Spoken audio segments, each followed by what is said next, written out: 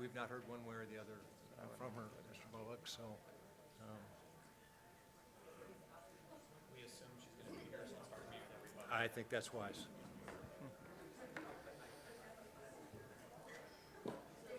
Okay. Are we doing any pledge? A pledge allegiance or anything? We can start with the pledge like we normally do. Moment of silence, I think, even Yeah. though that's just standard procedure. All right, we're going to go ahead and get started. I'm sure Mrs. Doan will be here shortly, so we'll get started. We're going to, first of all, welcome. Thank you, everyone, for being here. We have these interesting mics because our normal ones don't work correctly, so hopefully you can hear us all okay. And we're going to start with, even though it's not on the agenda, I'd like to start with our typical moment of silence. I think it's a good way to kind of gather our thoughts and get going. And then I will offer, since I haven't asked anybody, I don't want to drop it on anyone, I will offer the Pledge of Allegiance. We'll go from a moment of silence into the Pledge of Allegiance and then into our regular meeting. So you go ahead and join me for that moment of silence.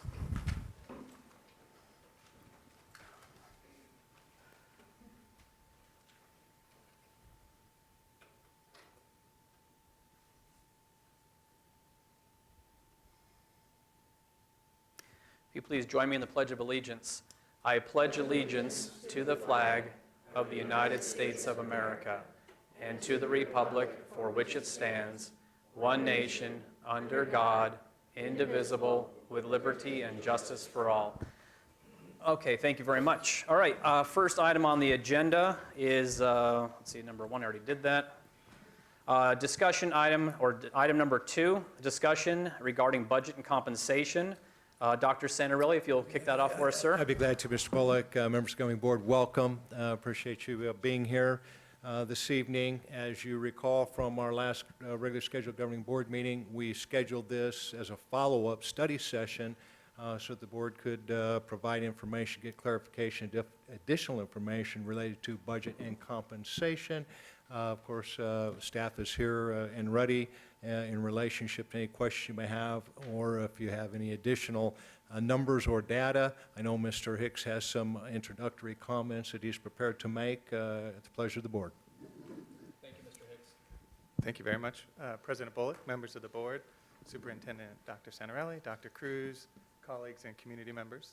Thank you very much for allowing me to make a few comments first, and then I do have, I think there was 2 official requests of information made, so I'll present that, and then just some additional information that I'll hand out. But first, I wanted to just say, to apologize to all staff members. I've obviously failed, and I believe in being accountable for all of our actions. I am truly sorry for what happened last night. It is under my area of responsibility, and I'm sorry for what happened.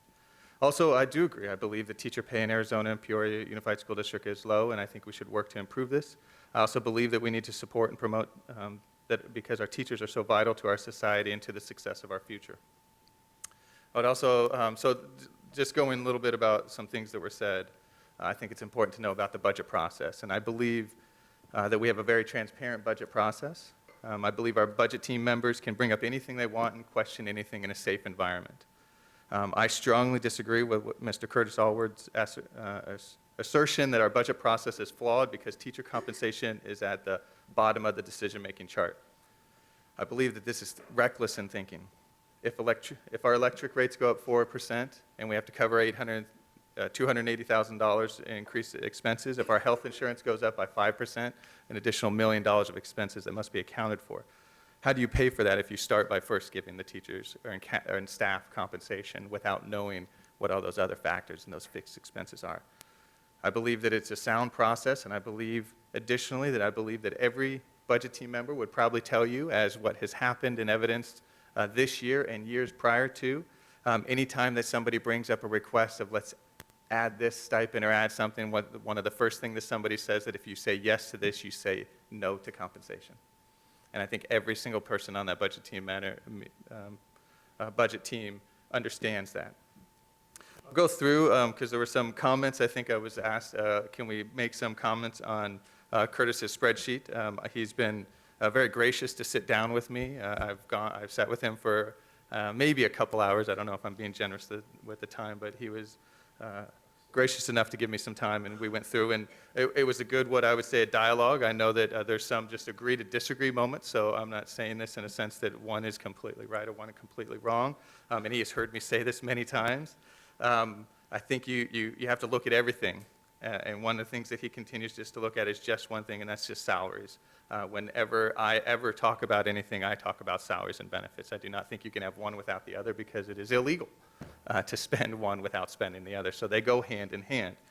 And so I think without looking at that total context, sometimes things can be misleading. So if you add salaries and benefits into the compensation, into this conversation, going from 01, 02 in his spreadsheet to 2015, you actually, and if you add in instructional salaries, special ed, and then you account for the career ladder loss, you actually see that there's been an increase, actual dollars amount of over 17 million, which is an increase of about 20% from 2001 to 2015. Now, the percent of M&O, of when he indicates that it went down, it did go down, and so the percent of M&O over that time goes from 59% down to 55%, so that did drop 4%. But I look at those contexts instead of that 4% drop instead of what he has indicated in his as a 12% drop. So sometimes it might not be that the main point might be somewhat agreed upon, but some of the details within there I would not agree with. He also mentioned that some of the, as the budget grew, a lot of the areas remained the same, but if you look at two of his categories, the M&O, I believe, percent went down, so there are some that actually went down. Also, if you look at special ed, I think he said that it stayed the same, but if you use his methodology and you go to his second tab under the SPED tab using his spreadsheet, and I totaled up all SPED salaries, so let's just look at salaries, even though I just told you I never do that. Let's look at just salaries. Going from 2001 to 2015 in special ed, they grew by $9.5 million. That's an increase of over 60% in the special education arena. But we just said, and on his front page, he shows that our M&O budget grew by 29%. So our overall budget grew by 29%, but special ed salaries grew by 60%. Where does that balance come from? It has to come from somewhere. In addition, as indicated on his spreadsheet, he indicated that the ADM, if you look from 2001 to 2015, went up by 4.2%. And I think that's very important, but one of the other factors he failed to recognize is that the number of schools grew by 24%. So when you open up a school, all the costs associated with opening a new school go up. And so it's probably no surprise that administration continued to maintain at that level because you're not going to open a school with no administration. Also, I would say, and this is very subjective, 15 years ago, there were more regular instructional aides at each school. That position has all but been eliminated nowadays.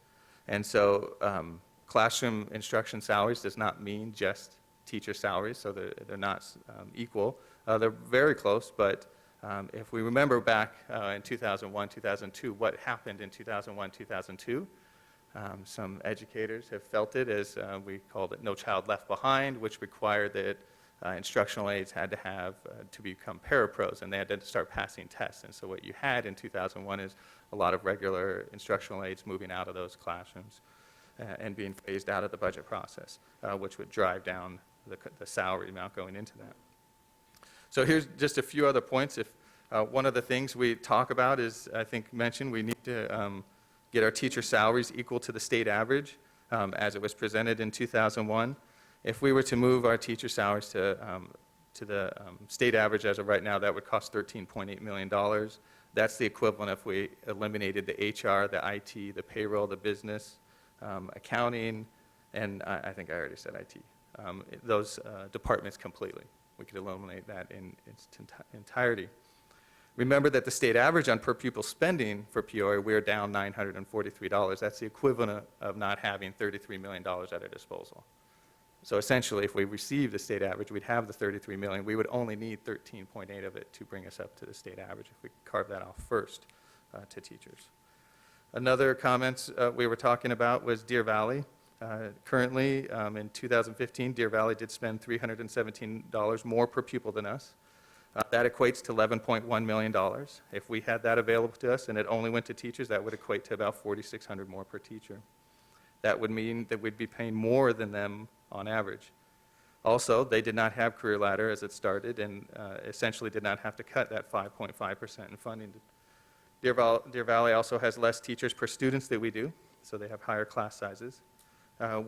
If we switch to their ratio, we would eliminate 153 teachers and provide $7.9 million, of which we would be able to provide a $3,600 raise to every teacher that's left. Deer Valley calculates the percentage breakout the same way that we do on the M&O amount of salaries in the three groups. The 70% that they have calculated as indicated as how Deer Valley does it is higher because of two things. One, it went up this year because they implemented all-day K, or last year because they implemented all-day K. And they also do not outsource custodial. Jumping to the peer group, as it was mentioned, we should be equal to our peer group on an average teacher salary. On a peer group basis, they receive and spend $547 more than the Peoria Unified School District. That would equate to almost $19 million. They get that, those peer groups get that from, they have either bigger or more overrides, capital overrides that allow for a greater district additional assistance transfer. They have DSEG money, Teacher Experience Index, and then also how the students make up creates and generates more money than us. State average on a per pupil basis, as I mentioned, is $943 million. Peoria, as I mentioned, added the schools, and so it is important to note when you add the 8 schools, you're adding the administration, the front office, the health, the nurse, the maintenance, the support, the utilities is all growing at roughly that 24%, if all things hold constant, which we know not every school is exactly the same. And at that time, teachers were receiving career ladder. The coding wasn't accurate, wasn't verified. In 2000, when the voters approved Prop 301, they also created the Auditor General Division for school audit divisions to create performance audits. And performance audits came going around at first, starting with 8 school districts a year to do an in-depth look at how schools code things and then to provide the dollars in the classroom report. As that happened, schools became better and better at coding to the assigned function codes, where before the most important things were getting it to the function or getting it to the fund. The second most important was the object and the fund, and then the program being the last. Things have increased, accuracy increased, and audits have increased to help improve that. Also, just 2 quick more points. The student-teacher ratio in PUSD in 2001, 2002 was 19.5. The next year, it was lowered by 0.9. This last year, it was 17.8, which means since 2001, if you also look at our increase in ADM, we have added 1 teacher for every 6.5 students. Also, just as a final point, classified has barely been mentioned in this conversation. They are underpaid in comparison to market as well, and they do not participate in the performance pay plan that certified and admin groups do as well. And so I think it's important to note that they're even at a lesser level than what we are talking about in this sense. So yes, I agree that we don't always treat everybody equal. We hope to have some level of equity. But I think if you look in context, we try to do the best job that we can. I think if you look at organizational design, we're perfectly designed to get the outcomes that we're getting right now, and I think that some of our outcomes are pretty impressive. That was my opening remarks.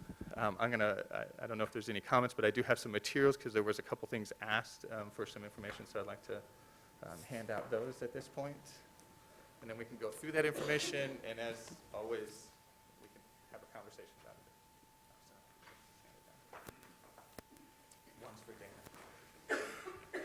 We have Ms. Doan's laptop. Or do you 6? No problem. We'll get you set up real quick.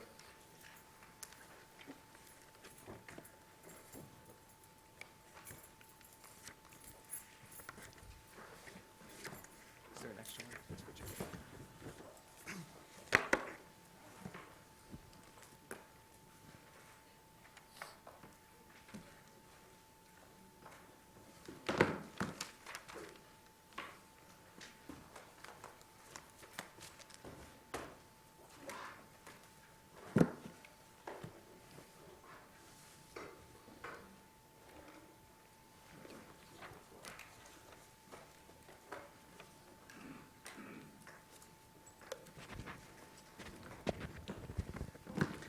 Mr. Hicks, would you like to do any questions now, or do you want to go ahead and finish this part? Well, What's better for you? I don't mind. It's up to the board, just as long as everybody, just to be clear, there's nothing I said that Curtis lied about anything. It was how we interpret it in the context of everything we're providing. So Okay. We've had a good relationship, and just to make sure it's on the record, I look at things a little bit different, but just to be clear, he was using factual AFR information from that standpoint. Duly noted. Let's wait for Mrs. Doan to get fired up, and then we'll continue on. Thank you. I apologize for being late. That's right, speculation was you won the lottery, moved to Mexico, other things, so it's good to see you back. That would have been a good deal since I never played the lottery. And do we have a packet for Mrs. Doan, too? Okay, good, thank you.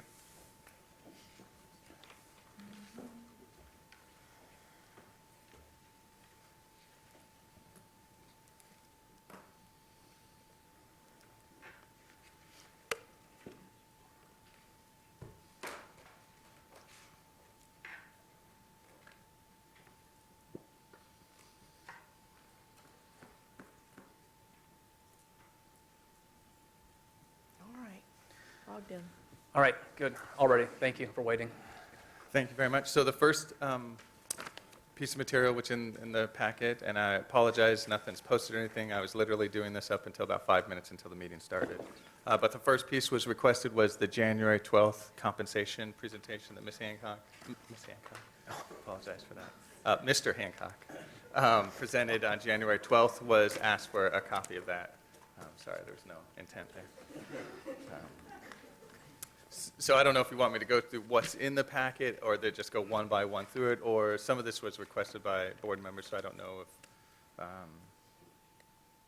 how the board would like to proceed. Yeah, and again, board members, this is our chance to discuss, so if we don't want to spend time on stuff we already know or have already been through, and if we have questions, by all means, we want to take the appropriate amount of time to do that.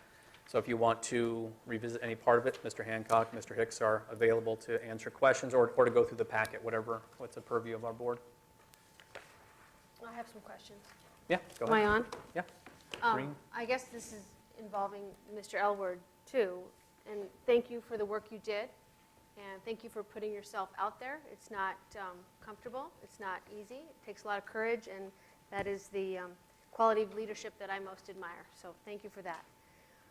One of the things that Mr. Elward had presented to us was a list of, and believe me, I want you to be right, to assure me that we have done right by our teachers and that the plan in front of us will continue to do right by our teachers and meet our goal to attract and retain teachers moving forward to this school district. That is what I want to accomplish tonight. President Bullock, members of the board, by no means am I going back to ascertain. I gave you my interpretation analysis of certain events and where we are right now. I'm not here for the last 15, 16 years. I can't say every single board that adopted a budget and compensation plan for every single year where that is. I could tell you we had a process in place that one of the expectations was every member was to be an ambassador and to work through and to communicate at some level with people. They all represent a group. And to work through that process, either on the budget or on the compensation, to come to the best consensus possible in a consensus collaborative mode. That, I think, happened. Is it by far the best? There's lots of little things we could tweak here and there, but if I do it, it's not successful if it's not from the group. And I do believe in collaboration and shared leadership, and that's what I believe we had. I do too, and of all the conversation, I mean, there was a lot of heated things said the other night. I do regret that we had a recommendation by committees who I value their time, and I would like to have had that be aligned with what I thought our charge was to those committees. I thought that our charge from the board to administration was to ensure teacher attraction and retention as our primary goal, as our key priority for this year. And so I'm not convinced that the committee's charge was exactly the same that we thought the committee's charge was, and I think that may be a reason why there was a disconnect when we were ultimately given that information. I do want to ask a little bit, Mr. Elward had showed us some pie charts that showed the percentage of teacher salary as a part of the big pie shrinking over years. And you were saying that there's some technicalities in there that may change what he had presented. However, he also did present some peer district comparisons. Now, I would assume, given the same sort of reports that he was looking at to create the pie for Peoria, he would be looking at the same sort of charts and getting information in the same sort of way from one district to another. President Bullock, members of the board, and Curtis can correct me if I'm wrong, I believe those are the Auditor General reports. So those are two different pieces of data to support two different charts. That is correct. Those are Auditor General charts. So one is just total, To that, when I communicated with everybody involved yes, he did. to the source document. Yeah, so Okay, he so- was not claiming they were two, those, that graph, the pie chart, and the line graph that you're referencing right there. Right. Those are two different sets of data creating two different reports. And he declared that in. No, I understand that, Okay. but what I am saying is that from one district to the other, from one Oh, line chart to the yeah, other, yeah, they're it's the the Auditor same General data, reports. They're each looking at dollars in the classroom. dollars in the classroom. Yeah. So So if it's you- not salaries, it's everything. Right, but most of dollars in the classroom is salaries, Mm-hmm. some 80, what percent? Well, I hope most of it, yeah, Yeah. I would guess 85. Every district's a little different, but those that are higher, probably a little bit lower percent because they're looking at capital, probably buying more curriculum and So instructional clearly, resources. these charts affected me deeply because it doesn't look right to me. Are you saying that these charts are wrong? No? You saw these charts. And, Where? I mean, hopefully, when I presented the AFR and I said, expect our dollars in the classroom to go down at least 2.5%, and I was holding true, I gave you the reasons why that was happening. Right, and you guys understand that this chart goes down to negative 9%, and the other charts that we can compare them to only go to negative 6%, but ours went lower. So when I look at this, and this isn't accusatory to you, Mr. Hicks, or even the administration that's been here in my term, it doesn't look right to me, and I want to make it better for our teachers because they're the ones who are leaving our district, and they're the ones who are leaving the profession. And that's what we said as a board was our priority. So how are we going to get to making that better? Ms. Bullock, if I could just dive in here for just a moment. First of all, I do not believe that there's incongruency in relationship to the charge of either of the committees, the compensation, the attract and retain, or the budget committee. That has been the charge for multiple years. As we talked in our retreat in January, the three major things that fall into that category are A, compensation, B, resources, and 3, time. And we've been very actively approaching all three of those. And then just a comment, and I don't want to turn this into a hair-splitting thing because that's not going to get us where we want to go tonight. But when you talk about dollars in the classroom, I know that Mr. Hicks has at least on 2 occasions indicated that our dollars in the classroom would go down by at least how many percent? In October, it was at least 2.5. At least 2.5% because of the change in coding from retirees to now administration. And that was aside from us, and we are one of the few districts that still pays retiree health insurance. As a result, that was not reflected in other districts. When we talk about that the difference of 2.5%, that was a coding change, so it doesn't have any correlation relationship to actually what dollars are going into the classroom as a coding change. And I'll also say that we've made a decision as a school district to pay retiree health care. Others do not. That decision's been made by previous boards and supported by this board. That's about $4 million a year. If you take the $4 million a year off the table, you can apply that back directly to compensation. And so there are a number of other things that Mr. Hicks can illustrate as we move forward with the conversation. But I hope the conversation is focused more on not how we got here, but where do we want to go from here. Absolutely. Thank you. President Bullock, members of the board, I would also say the coding change will hit others that do. There are some other districts. They don't, it's probably not as huge part of their budget as ours is for retiree health care. But the other part is what is all going into effect next year is this gap will continue to widen with us with the peer groups because a lot of them have gone out for 15% overrides and we chose only a 13% override. So when you're spending $500 less per student, it is hard to put more money into the classroom as all of our fixed costs continue to go up.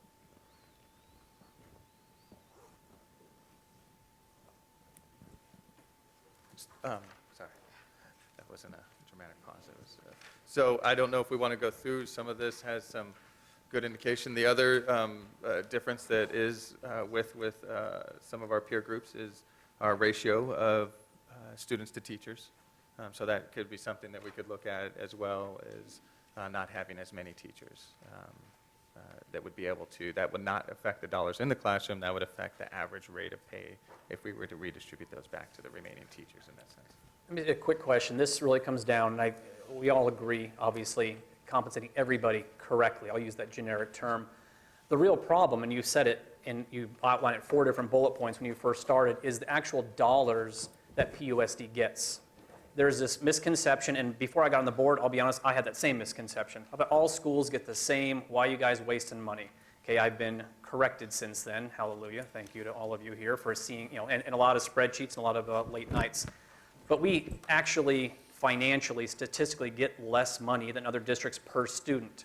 That's just a fact. It has nothing to do with who should get more money or who shouldn't get more money. We just actually are dealing with a smaller amount of money.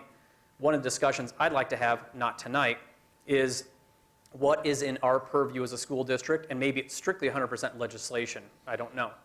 But how do we become equalized? Talk about equity and fairness. There is a larger equity and fairness problem between school districts. How can Phoenix Union pay $6,000 to $8,000 more for the same position? Because they get desegregation money and other things, and larger property tax income as well for their particular jurisdiction.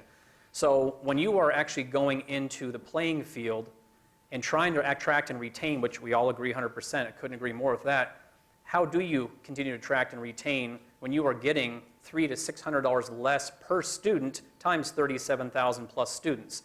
That has to break somewhere. That has broken here. What can we do as a board?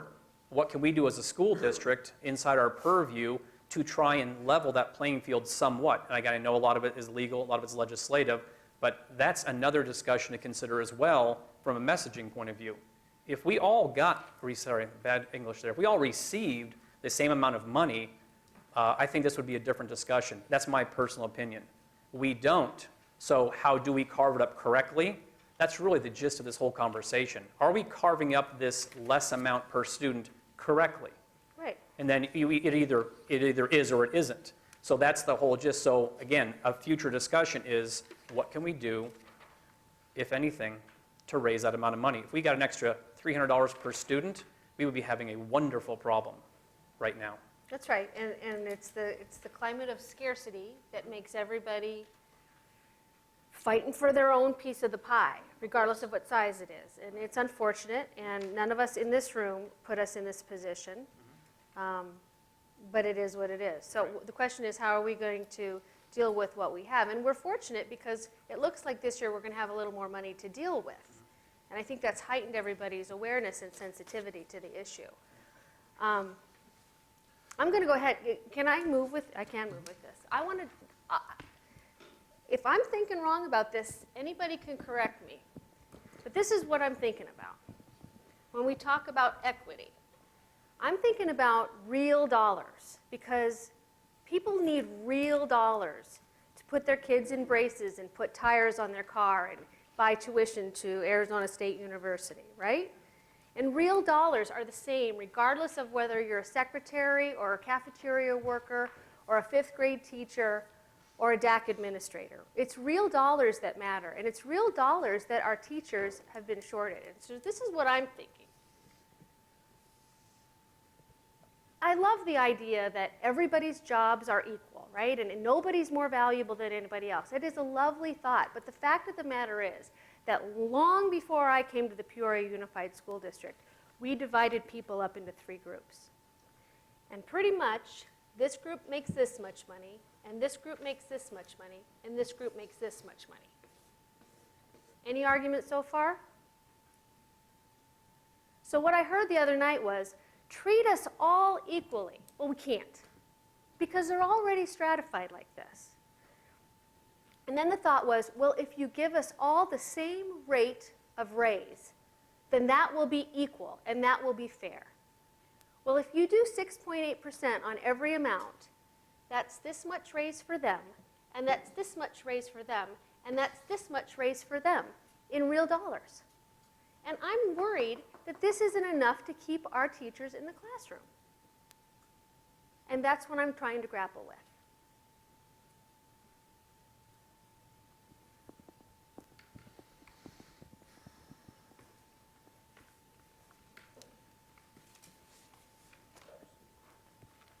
So help me. If, President Bullock, members of the board, if you like, in the handout, there's also 2 handouts that actually show the actual amount that you'd be able to put a bigger dollar to, or an actual dollar to see how that plays out in the different scenarios. So if you'd like to. Ooh, I did my own math too. Where's the thing? I'll- Did you? I'll- Okay. I'll disclose now, I did not do the math. I do formulas and spreadsheets, so I don't do math. Both of them? Yeah, we'll go through both of them. So I'll there's do some 2, more. I'll do some more. there's, She wants to do I'll do some more. oh, okay. Okay, so let's just say this person is making $30,000, right? maybe, Right? Okay. probably not. Whatever. I'm just using some round numbers here. Probably 25, whatever. But first, let's just say they'd get 2040 in year 1, and by 6 years, that's 6120.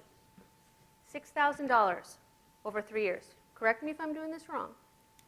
Let's say some teacher here is making, they've been here for a long, long time, long time. 40?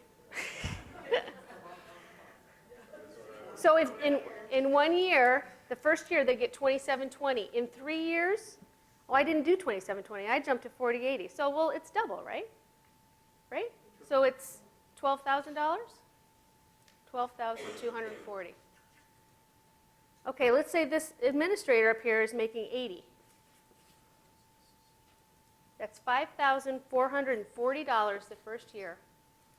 And in 3 years, that's $16,320. Do they deserve it? Absolutely. Do they work their tails off to get it? Absolutely. Do we love them and are we grateful for them? Absolutely. But this is going to go a lot farther towards college tuition than this or this. I'm worried about this. I don't know the answer. I think we need to have these kinds of conversations with each other face to face so we can figure out the answers. And I won't jump up again For now. for now. Mr. Hicks, you want to go over these 2 charts real quick? The handouts? The handouts, yeah, the charts, yep. So the first one says without Prop 123- as presented 414-16. So this is a summary of what was presented. And also the second one looks very similar, but at the very top you could say new breakout. And so that's what I'll call as presented during the board meeting of moving it to 70, 24, and 6%. So the 2. So you can see the very top. They both say without Prop 123, but after that, one is as presented and the other is the new breakout that was presented that night. So just to look at what you're looking at, on the top, the first group you could see is certified. As presented was the 68%. You could see the 1,970 FTEs, the dollar amount from the M&O side, and this is without Prop 123, so this is really the override and inflation funding is the main generator of this, and this is the 2.5%. It then puts what's total available of the 68% of the top right box is how much is available for compensation. That's what gets split between the 3 groups based on that percentage, and then what's available for salary and benefits. And so you can see 2.5% creates an average per FTE of 1,014, and over 26 pays, that's $39. For the classified, the 2.5% generates an average of $524. Over 26 pays, that's $20.15. The administration at 2.5% generates $1,897 on average per FTE, and the amount per pay is $72.95 that they'd be receiving. So this summarizes, I think, what Member Connect was. You can. So then the second page, so that's if 1, 2, 3 does not pass. Yeah. That was the first scenario. Which we're all going to work very hard to see that it does. not using district resources. Of course not, we never advocating would. it, But outside, we just to be will. clear. Then the next two sheets are with 1, 2, 3 passing. The first one is 1, 2, 3 permanent money, and then the second one is the one-time money we've talked about in that scenario. And then the top right, top left is the total amount for compensation, break it out. So this is what was presented, and so you could see the numbers, and so by FTE per pay, you can see much larger with the 1, 2, 3 passing. Certified $2,759 per FTE, classified $1,425 per FTE, and administration $51.59 per FTE to go to Ms. Connect's, Member Connect's point. And then, so then, same exact format with the percentages that were thrown out or put out there at the last board meeting, which is move the certified up to 70%, leave the classified at the 24%, and then move administration to the 6%. And then that has the new calculation would be the certified at 2.58%, classified would stay at 2.5%, and admin would move down to 1.87%. Does that make sense? So you see a little bit of the calculations with the FTE and everything, but the next handout right behind it just tries to summarize the two so you could see quicker, just on a percentage amount, the differences. Mr. Hicks, are just similar. real quick, we're not seeing those same numbers. What you mentioned of 1.87, the last point, we're looking at the 3 pages here, those numbers aren't. So the front page of the new breakout, Yeah, that was correct. Oh, I have 2 withouts. Is that a problem? yes.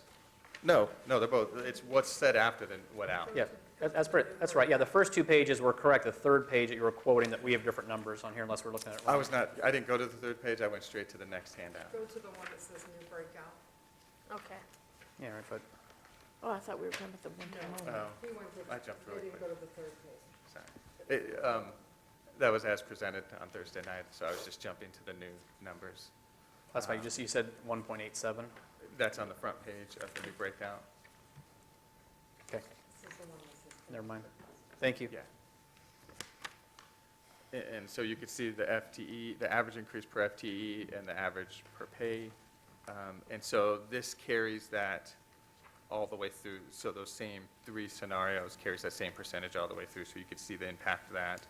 With Prop 123, that would put the certified group at a 7.01% increase. It would move the classified would stay at the 6.81%. It would move admin down to 5.1%. And then you can see the corresponding average increase per FTE. Are you seeing that on the second page? I'm not. Where- Mr. Hicks, on the admin, it says on the first, as presented sheet, admin's at So this is the new 124, proposal. Yes. and then it goes to 123. Yes, as I was going through some numbers, I actually, with Mr. Hancock, saw that it was actually 123 and not 124. And so I corrected that in the middle of all this happening. I probably So this should've should left say it. 123? It is actually 123 is what we have. Does that change the map on that? No, the dollar amounts are still in, because, It's just-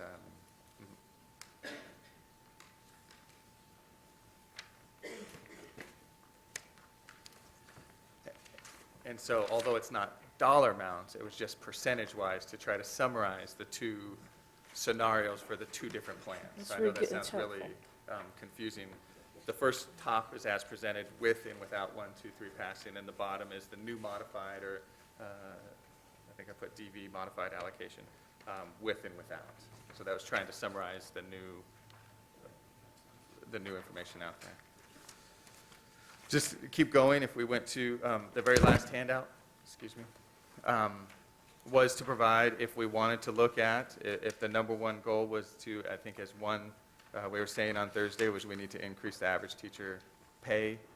If we were to eliminate the block schedule, we would save about $2.5 million. If we eliminated, if we moved our special allocation at the elementary down to a 7-to-1 ratio instead of 5-to-1 ratio, we could save 2.6, almost 2.7 million. And if we eliminated the retiree health care, would be 3.9 million. We would have 9.1 million available to provide all the remaining teachers, which would add to create about a $4,000 increase to all teachers still here.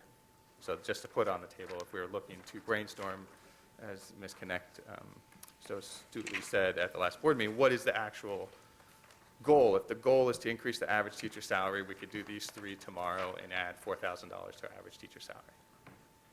Where's that? Well, The very last sheet. by cutting those programs? Yeah, I'm not interested in cutting the programs. Those are those three right there, three big things that we could change and modify that would add over $4,000 to every teacher remaining salary. Did you see that sheet? No, the one behind. So the top portions is traditional block difference. You can see on the upper right, 49.02 would be that's how many teachers could be eliminated. And then the savings, and then the middle part is the specials, reducing the number of specials, and then the other part off to the right is the retiree health insurance program, that's 3.9 million.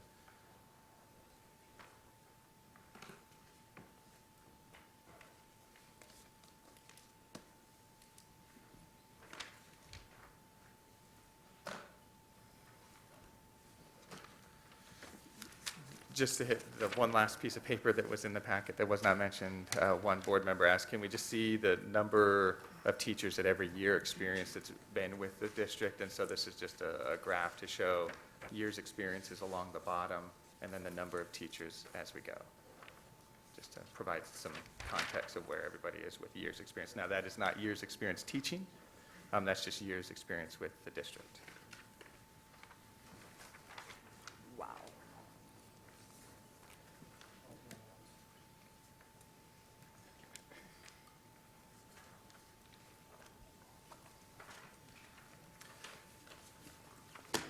Oh, yeah. President Bullock, members of the board, I would like to go back to a couple of questions that Mr. Jonigan asked at the last board meeting regarding the impact, the real dollars impact to the paychecks based on a couple of scenarios that he presented. One of those scenarios was taking the administrative staff increases and putting it all into certified, what the impact to a paycheck would be. So if you look at the without Prop 123 sheet, and it's not on here as far as a calculation, but if you take that $283,000 for the administrative increase and put it all into the 1,970.6 FTE for certified staff, that's a per paycheck increase of $5.53.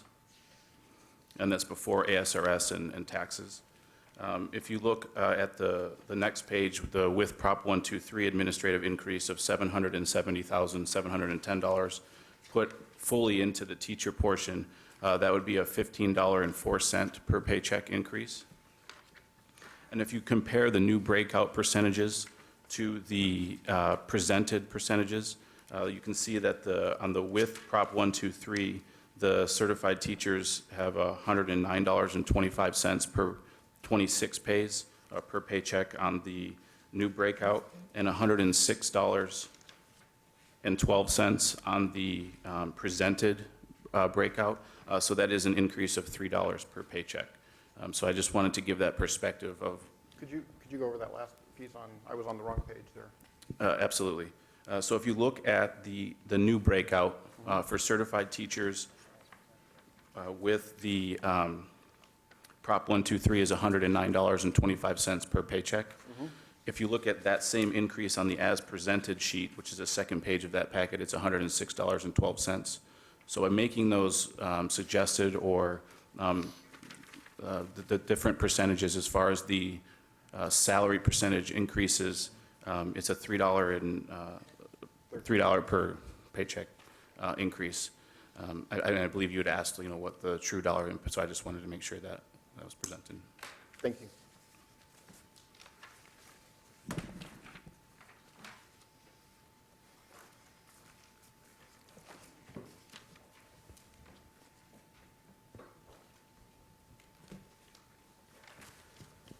Board members, Ms. Pengarelli, Mr. Jonigan, Ms. Doe, I want to give you obviously time to answer questions or ask questions, concerns, ideas. So, Well, actually, it was a little heated last Thursday, so I put some words down on paper because I just didn't want to, I wanted to make sure I had everything the way I wanted to say it. If you could bear with me a minute. I know from reading administrator and teacher emails, the recent vote on contracts has brought forth many concerns and strong viewpoints. I just want to say I respect all individuals who dedicate themselves to improving our district. For me, my vote was not about who loves teachers more. It was based on what I believe, excuse me, will best serve our students and classroom environment. And I appreciate the data and input provided by by parents, teachers, and administrators. Through the study session, I believe our solution lies with reviewing the process that led us to this point and identifying the areas where all stakeholders can agree and find compromise. I know the voters passed the override last year. Part of it was supposed to go for teachers. So I know it's taken a long time to get to this point, and it's not going to happen overnight. I just wanted to start the dialogue. I agree, Mrs. Pingarelli, and actually last year I had I've been concerned about this, and I think Denton's the only one who's been around as long, but even before I was elected, I stood at the podium and was concerned about not using scarce M&O money to match 301 that was supposed to go to teachers. It never has meant that I didn't want to compensate administrators. I've never, ever voted to not give administrators raises when we gave teachers raises, and that certainly has not been my intention this time. I do value the work that they do, and I do think that they deserve a raise, especially when we have a little bit of cash now. A little bit of cash now. I agree with everything that you say. And I lost my train of thought. What else was I going to say? I wrote some things down too. So, I was greatly touched by the testimonials of the administrators that were here the other night. When they say that they are teachers, I know that. I have lived that. I have witnessed that. I think one of the flaws in our system is I think site-level administrators should be grouped with site-level teachers instead of being grouped with district-level administrators. I think it's a different job. The APs and the principals, they are there at night on the open house and the fall festival and meeting the bus in the morning and waiting around for the parents after school. I get that, but that's not something that was put in front of us that we had an option to consider before tonight. So that's one of the other things that I thought would be worth considering moving forward. I remember what I was going to say now. Last year, while I have been very concerned about this discrepancy between what we pay administrators and what we pay classroom teachers, there have been years that I have voted no on matching the amount of raise. Last year I voted yes, and I'm sure I'm not the only person in this room that remembers I voted yes saying what you just said. We need to look at this again. We need to establish firmly what our priorities are, and then we need to put our money where our mouths are. And I was hoping we'd get closer to that this year.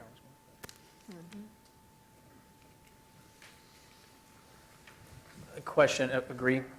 Do we have, here's the question, and it's not going to be answered tonight. Do we have the money to do that? That's the rhetorical question.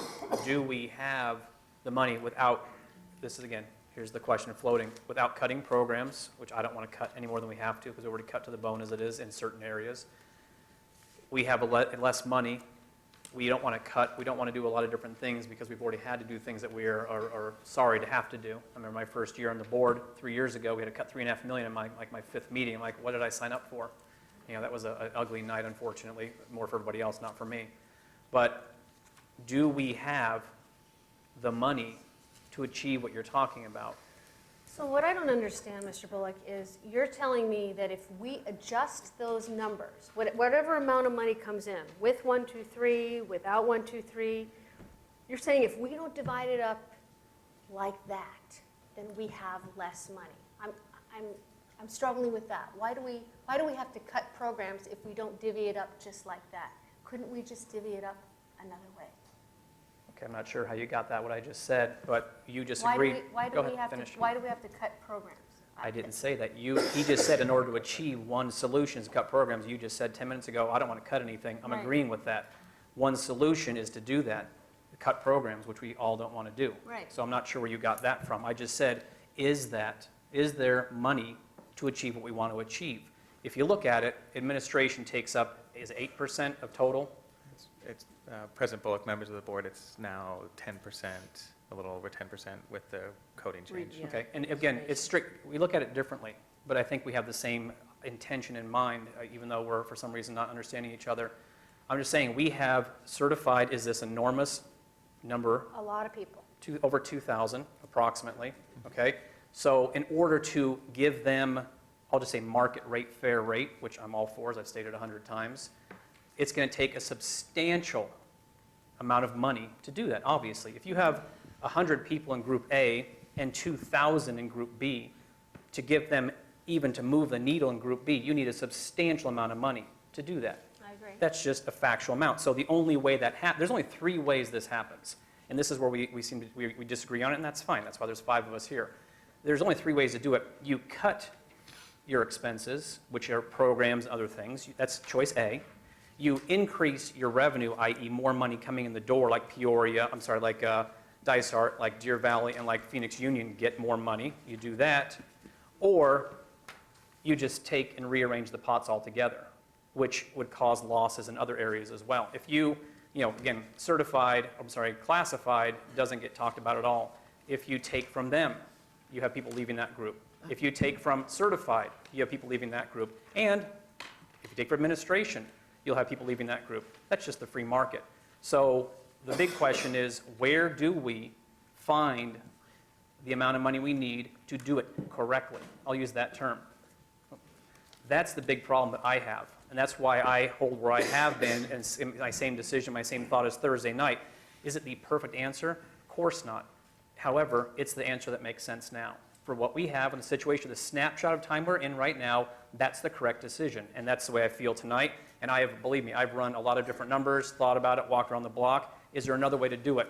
In my mind, and I think differently than the rest of you, the only true way to solve this, to where everybody goes, hallelujah, is more actual dollars coming into PUSD. Now, we can rearrange Pot A, Pot B, and Pot C. Okay, I'm all for discussing that for the next time. Of course I am. You bet. And we should have done that, agreed, earlier in the year versus waiting to the 11th hour when contracts are on the printing, ready to be on the printing press, ready to go. That should have been done earlier. 100% agree. But we do not have the amount of money to achieve what we actually all do. We are coming from 5 different angles. We have different thoughts and feelings, but actually we all want the same end result. We do not have the funding currently to achieve that. We can cut a little bit here and give them 20 more, give them 75 more. Okay, great. I'm not saying I'd like to have 70. Everyone would like to have $75 more in their paycheck. Of course they would. But we do not have the money at this point to achieve what we want to achieve. That's why accepting the committee's recommendation is the right answer. And that's why I voted for it Thursday night, and that's why I still think it makes sense. Do I want to talk more about that and talk more, are there ways to do it better? Of course. It makes our job easier, quite honestly, as board members, and a lot less angry emails when we make it closer to perfection. This current plan, as presented, is as close as I believe we can get right now with the buckets that we have, without causing more issues. If we were talking $35 million, that's a whole different conversation. I'm ready to fight for that one. But for the amount of money that we've been given and the size of the pots, and if we even cancel one pot and put it all into the other, I don't see the incremental increase besides an initial, gosh, thanks. I don't see the incremental bang for our buck of doing that from one to the other. That's it. I mean, that's the way it works out statistically. Mr. Bullock, just a couple of clarifying, because a lot of percentage, a lot of numbers, a lot of information, and it does become confusing quickly. Yeah. Just to reset, if you could all take a look at this singular page, it says at the top, as presented, and there's a column on the right and a column on the left. And in this particular page, as presented, the total increase for certified was 12.14%. The total increase for classified was 9.9, and admin 8.3. So even though, when you put them all together, you can see kind of the compounding differences that are reflected there. And then just to kind of follow up, I think what I thought you were saying, Mr. Bullock, if we took every dime that the committee had recommended for administration and put it in certified teacher, every dime that we have, that total would increase teacher pay about $391 minus taxes, so a little over $200 per year. Is that about right, Mr. Hicks, Mr. Hancock? So I think, to your point, we wish the pot was a lot bigger, and, given what we have, that's kind of what we're talking about. Do we cut all of that and put that in teachers or not? And I'll also say, from what I hear from many teachers, is that, for $200 more in my paycheck, I value the support that I get from my administration and what they do on my campus. And so it's like an onion, and you start peeling layers, and then all of a sudden you start finding other things out. Administration stands ready to do whatever the board would like us to do tonight, and we'd like to get it done quickly so that we can get contracts. So I think we should quit talking, and you should do the talking and let us know what you'd like for us to prepare. Well, if I could, real quick, just a couple of comments. First of all, Mr. Hicks, to start your comments, taking responsibility, I think this is, thank you for doing that, but I don't think that, I know you lead the charge, but this is a much bigger, much broader responsibility, and I don't think the blame falls on your shoulders, but thank you for saying that. I also think timing and sense of urgency is a major issue. I wonder how much of a risk we run of losing staff, admin, certified, classified, whoever, if we don't get, to your point, Dr. Santarelli, if we don't get something quickly in place. I agree. The process definitely needs to be overhauled. I was here in the meeting where you stated that last year, and I totally agree with you on that.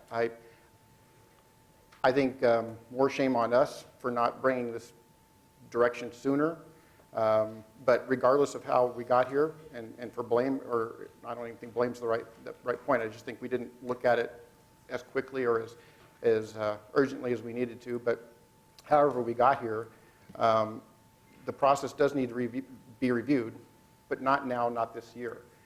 I feel like with the $5 or $15 before tax per pay period, the reason I asked the question, and sorry to, again, for having to do math on the fly in a meeting on Thursday night, but the reason for the question is it's just not that much of a difference, and I do agree we need to make a difference to certified or classified staff salary. I don't think this is the way to do it. I think the information proposed Thursday night still makes the most sense to me at this point. I do agree that we should do something, and I don't know if it's raising student per teacher ratio. I don't know what it is, but next year we need to look at it, and it needs to get on the docket and study sessions now instead of waiting until December, January, February next year. So with that, that's really all my point is I agree with the concept, I agree with the theory, I just don't think it's making any impact with the buckets we have available to do anything now. Sad to say that. I would love to see huge raises go to the teachers, to the certified, to the classified, but it's just not there right now. So at this point, I don't know what the answer is other than to move forward with what we currently were presented, but really look at the whole process from start to finish as to, over the last 10, 12 years, way before my time, decisions were made, directions were put in place that have led us to this point. And I don't think we can undo all that in a week or two and come out with the right decisions and get the teachers taken care of the way we all want to. So that's what I have to say. Thank you, Mr. John, again. Ms. Doan? Yes, I wanted to say, all right, I don't agree with going as presented last week. I know that we can't go and make the big huge difference that we want to make. There just isn't the money. But we can start. And I don't, I mean, I've gotten the same emails, and I've gotten all this stuff, and I know that our lower paid employees are hurting worse than those that make more money. That's just where the rubber meets the road. Yes, they're all worth getting more, and I definitely want to give everybody a raise. But I think that changing the percentages, because if you make a bigger salary, then you're going to get a bigger raise. And they're not hurting as bad as our lower paid, our teachers and stuff. It just makes more sense to me to change the percentage now and help a little bit and continue growing that change every way that we can. And to help our certified, our classified, our admin, everybody. And they all get a raise that way because they all deserve a raise. But you have to admit that if you look at the salary differences, some teachers might be having a hard time of it even at the grocery store. Making pays, you know, when they have bills for their kids for dental. Medical, I mean, medical's not like 100% covered for these guys. And it's harder for somebody that makes less in the first place. Somebody that makes less in the first place needs a bigger bump. That's where I'm sitting. The new breakout looks better to me just because the percentage is better. And I know it's not going to satisfy, it's not going to meet the whole need, but it's somewhere to start. We're going to start somewhere. And I'd say we start right now, not wait till we have all these things. We got something in front of us now that we can do a little bit, and we can proceed from there with, and when you know, divvying the pot up equally, that's nice. It can't be done. It really can't. And percentages actually skew it in favor of somebody that already makes more. And I understand they worked for that position. They got there by a lot of hard work, and they deserve more money, and I want to give them more money. But I want to help those that are struggling more. Okay, thank you. Ms. Connect, were you going to say something? I just did some more numbers. If we did certify it at 40,000, and with the Prop 123 in the new modified allocation, and then we compared that to an $80,000 admin salary at 7.39%. Again, correct me if I'm wrong, but that's still more real dollars. Mm-hmm. It's still more real dollars for administrators than it is for certified It increase. is. Even with the new breakout. Even with the new breakout, it's more real dollars into the pockets of administrators than it is into the pockets of teachers. But what it would do, it would move that percentage a little bit, so we're moving in the right direction. Exactly. It's this We first can year. start something. It's the first year. It's a little bit better than it would be without, and we start compounding. I mean, we value all the people that work so hard in this district. And I think that's a nice raise for,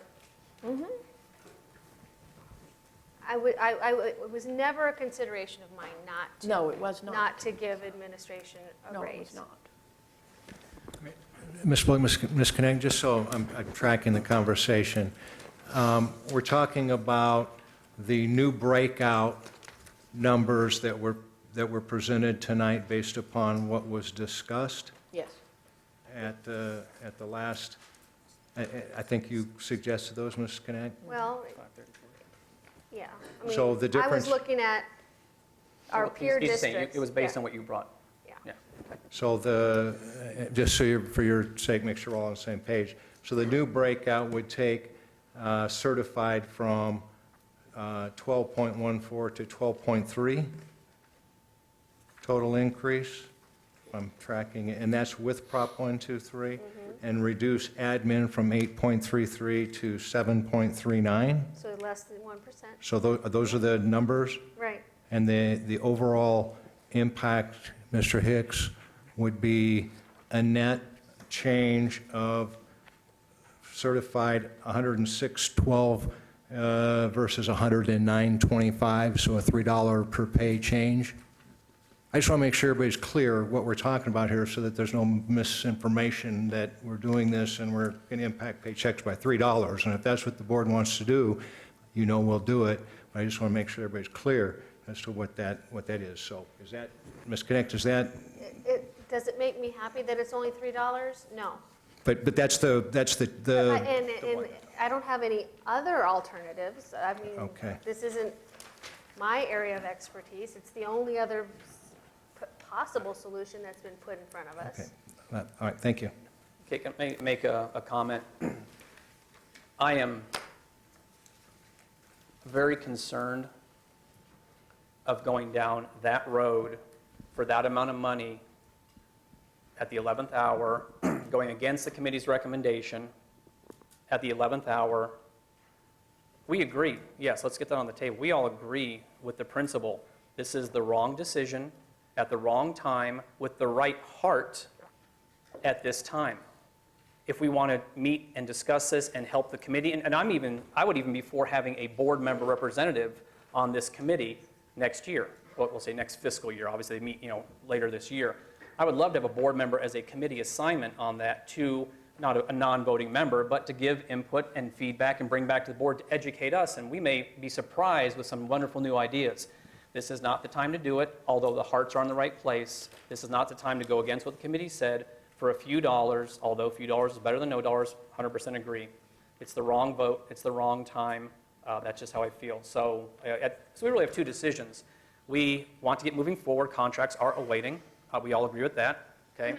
So we either A, we are voting to continue the recommendation of the original committee, or you want to vote to accept a modified, we'll call that what was the term we used? Yeah. Yeah, President Bullock, members of the board, just to be clear, because I've named it two different things, the reason why I changed it to noon breakout, because at first I put DV, Deer Valley allocation. That is not how when I talked to Mr. Miglerino today, yes, 70% goes to teachers, but only 22% goes to classified and 8% does go to. All right, so what, just for clarity, what are we going to So call we'll just call that? it our new breakout. All right, so not calling it as the modified. presented and new breakout, just we're all using the same Yes, nomenclature. please. Great, all right. It's very dangerous at this point, although our heart's in the right place, to go for a new breakout. So again, Tell me why it's dangerous? Yeah, I don't see I why it's just dangerous. explained, okay, it's dangerous because it goes against the committee's recommendation, which, That was the recommendation, it's not the Yes. law. right, well, agreed, but why do we convene committees? So they can tell us what they found, and we can then work with that. Right, Not to tell us what to do. Right, okay, the committee, agreed, but here's my opinion, okay? The committee knows a lot more than I do about education. They're here 50 hours a week and I'm not. So in my mind, it doesn't make us not smart, but in my mind, that's a dangerous precedent. $35 million, a huge amount, yeah, I'll take sides, but not for a couple dollars, even though in the heart part of this, I agree with you. I think it's dangerous. If you don't want to use that term, fine. I think it's the wrong decision at this point, at the 11th hour. You get a vote just like I do. So if you want to vote for that and go that direction, that's fine. There's always respect. I wholeheartedly disagree with it, but I still respect any decision you make. I just think it's the wrong time, wrong place for that amount, even though we agree with the answer. But I would strongly push for board representation on that committee next year to bring back a better suggestion if one exists. Again, I'm not in the education business, but I'm sure something will be done better next year as we learn things. So we have two decisions tonight. We either vote to accept. Go ahead. I'm sorry. No. There isn't an action. No, it's not. Yeah. But let me just Yeah, make go this ahead. real quick. We keep talking about everything's equal, but when we look at as presented, it's not equal. Total increase is 12% to certified, 10% to classified, and 8% to admin on average, roughly. So it isn't an equal. So I just want to make sure that we're not stating the wrong thing there. Total increase is not equal. So if that's a basis for your decision, please look at the total increase. There is differences. And Mr. Bullock, Mr. Jonigan, and that is with Prop 123? Yes. To the right of that is the Without. percentage without? Yeah, Which I wouldn't want to talk about because it hasn't passed yet. So Correct. That's, optimism, but, stranger things have happened. All right, then let me ask a procedural question then, because I don't know. It's obviously not, as Ms. Connect correctly said, it's not an action item on tonight's meeting. So we obviously need to vote on something to move to contracts. So what is the proper procedure at this point? Thank you, Mr. Bullock. This was a study session format. Typically, we do not vote in study session format. It's just been our practice and for a lot of reasons. Certainly, what we will need from the board is an affirmative vote for a compensation package in order for us to move forward with contracts. We have halted the contract process until we do that, and so the board can schedule a special board meeting for that vote. The board can wait until our next regularly scheduled board meeting, which is a week from Thursday, for that vote. And what we will need in order to prepare that agenda item is some specificity on what that will look like, so that we will give our community ample time to know what it is that's going to be on the agenda and can provide input if they so choose. So we'll need direction tonight. We'll need to schedule a subsequent board meeting, and we'll certainly ultimately have to get a vote done, and then that will start the ball rolling with Mr. Hancock. And how long, Mr. Hancock, will you need after an affirmative vote on compensation? Dr. Santarelli, President Bullock, it'll take approximately 3 to 4 days. Okay, thank you. Mr. Hicks? President Bullock, members of the board, is it all right if I ask a question about the other parts of the budget which were identified, and most of it pertained to additional teacher stipends and other teacher programs? Was there any heartburn in that sense that those will be incorporated into the budget? There was, I think, one which was 3 classification requests for classified staff. So it wasn't 100% all going towards teachers, and also there was additional money carved out for teacher resources, but I'm not hearing any conversation about that at all. It's because we weren't upset about it. Okay. No, but I don't know if it's appropriate to ask for future agenda items, but I'd like this board to seriously consider either giving site-level administrators their own classification, or to classify them with teachers as site-level employees. Would that be classroom? Consider classroom? Yeah. Okay. Certainly be interested in talking about that, you bet. Because I do think that our principals and our assistant principals are quote-unquote in the trenches. and They work very need to be- hard. We need to acknowledge that. Well, they work there all day anyway, Right. so. All right, so we obviously need to get to a decision ASAP from a contract point of view. So we are not able to do any type of voting tonight, but we can give you, when you say direction, we obviously have 2 different thought processes, 2 different items, or 2 different, thought patterns here. Mr. Bullock, I think I can simplify that, or try. We could put both proposals on the agenda, and you can vote on both. Great. What was presented previously and the new, Mr. Hicks, would that be clear enough for you to be able to do? And we could present both of those, and the board could vote and react, and that way we'd also give our community enough time based upon those 2 proposals to Great. provide whatever feedback. So that would be a suggestion. That's fine, If- whatever, at this point, If we feel whatever's like we're easiest. close enough to Yeah. either of those 2. Yeah, when we have 2 ideas, so we vote yes or no on both and move on. Yeah, great. When are we voting on this? Or when are we reconvening? We haven't Yeah, decided we need to that yet. decide when we're going to reconvene. Excuse me, Mr. Bullock, is that enough direction, Mr. Hicks, for you to prepare the agenda item based upon what you heard tonight? Is that, everybody good with that? What? What he just said?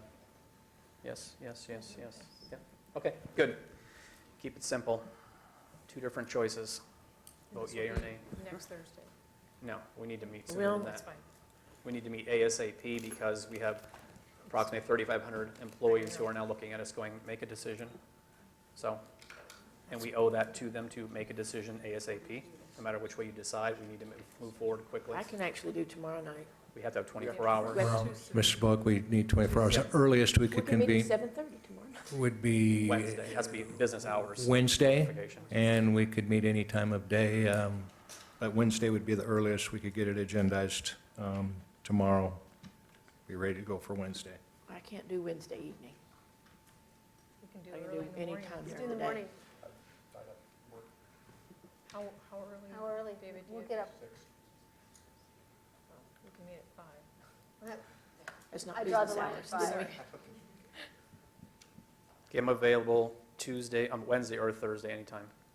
So I'll leave my, In the evenings, I can be here. Anytime. That's good. I can do Wednesday. 5 o'clock? Oh, shoot. I'm sorry. I'm checking. Let's see.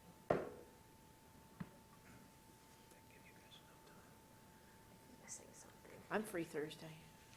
Are we talking Thursday? ideally Wednesday. I can do Wednesday during the day. I cannot do Wednesday evening. Okay, and no Wednesday during the day, correct? Okay. How, Ms. Bullock, how early, Mr. Jonigan, when you say during the day, are you talking 5, 6 In the evening on Wednesday, in the morning? in the evening? In the evening, I can be here at like 5. Does that, Ms. Stone, is that, if we start at 5, does that give you enough? On what night? Wednesday? I have to leave by about 6:15. Oh, yeah, Oh, we'll be I'm quickie. hoping this is a 30-minute item.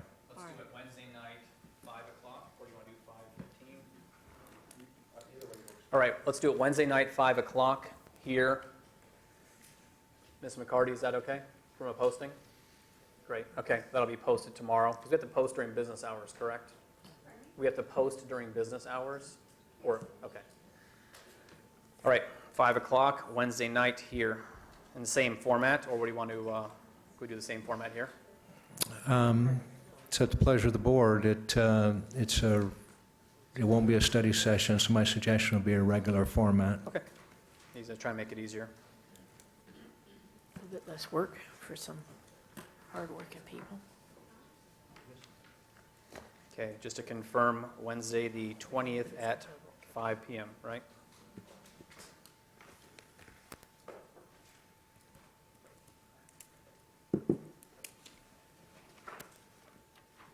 Okay. All right. Next item on the agenda is the consideration of adjournment, so we need a motion and a second to vote on adjournment. Do we have a motion? I move that we adjourn. Second? I'll second. Right, it's moved by Mrs. Doan and seconded by Mrs. Pangarelli. The vote will be there in a second. Please cast your I votes. just closed it. I'll open it. Uh-oh. All 4 of you have not voted. Have you signed in? Okay, Ms. Doan, we're missing Mrs. Pangarelli and Mrs. Connect. Thought I logged in. Are you logged in? I thought so. No. Can we do a verbal? Yeah, we can do a verbal. Okay. Aye. I'm done. Okay, we have one verbal. Ms. Pangarelli voted aye. So the other 4 are, I'm assuming a 5-0. Maybe I'm a little optimistic. Can we add Ms. Pangarelli to a voice vote? Let's just do a voice vote across the board. All in favor, aye. Aye. Any opposed, nay. All right, good night, everybody. Thank you for being here.